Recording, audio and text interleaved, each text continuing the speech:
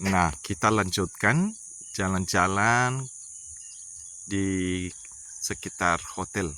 Ini Hotel Misiliana namanya. Salah satu hotel terbaik di Toraja ini katanya.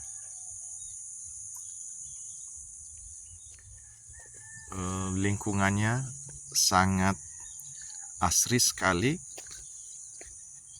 dan bentuk-bentuk hotelnya juga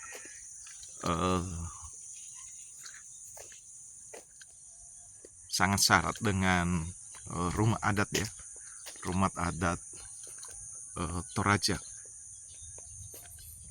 Kalau kita lihat atap-atapnya itu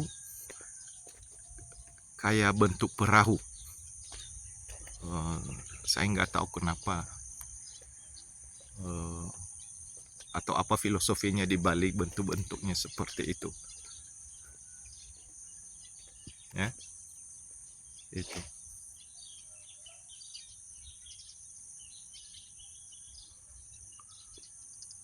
Nanti kalau memang ada orang yang ketemu, kita tanya-tanya, kok bentuknya kayak perahu?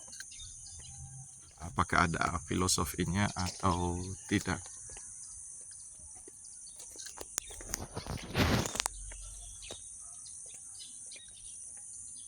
Ini sangat asri sekali dan di sini juga sejuk sekali kalau pagi-pagi. Jadi enak kalau jalan-jalan pagi.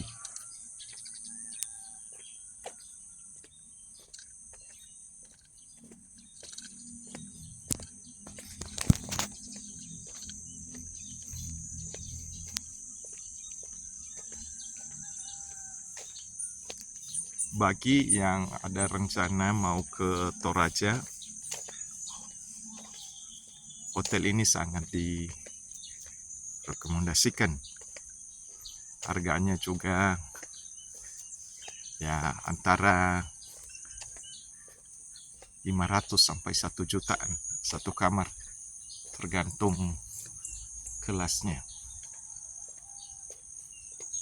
Nih, sangat asri sekali ya.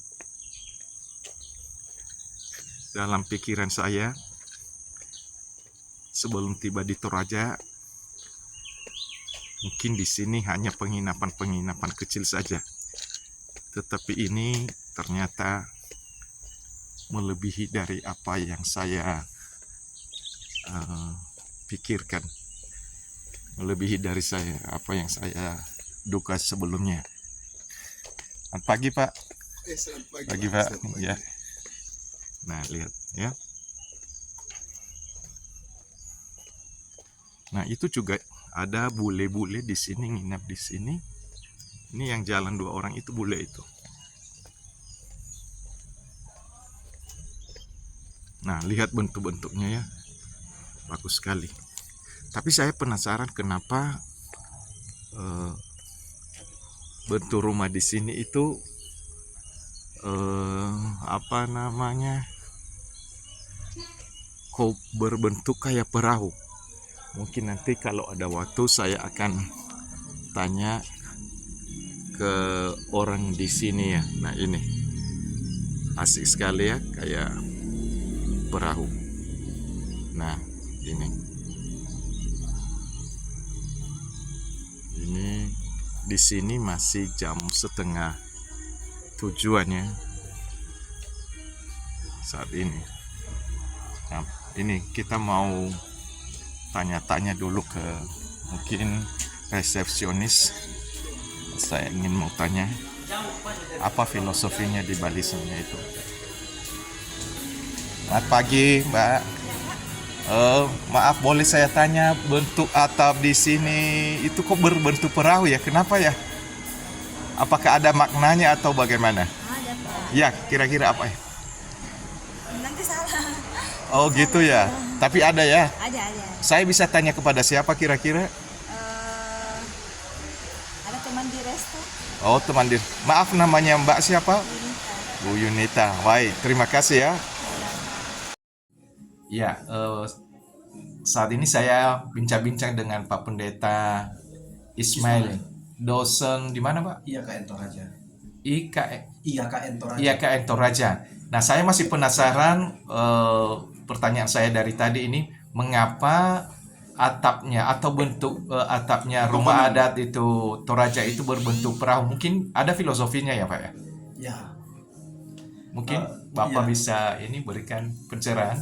terima kasih. Sebenarnya ada beberapa pendapat kenapa atap rumah tongkonan di Toraja itu berbentuk seperti perahu. Yang pertama itu karena kami meyakini bahwa ketika nenek moyang kami yang berasal dari Taiwan itu datang ke Toraja, kemudian menyusur sungai dari selatan, di titik mereka tidak bisa lagi, perahu mereka sudah tidak bisa lagi jalan, lalu mereka membongkar perahu mereka dan menjadikan perahu itu sebagai atap.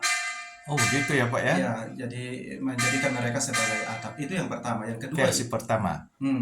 yang kedua ialah sebenarnya mereka membawa bentuk-bentuk rumah seperti yang dikembangkan oleh saudara-saudara kita di Cina sana, yang kemudian mereka menambah sampai berbentuk seperti perahu sekarang. Karena dulunya bukan seperti perahu, tapi kemudian bertambah mengingat rumah nenek moyang yang ada di sana, lalu itu mereka bikin seperti perahu.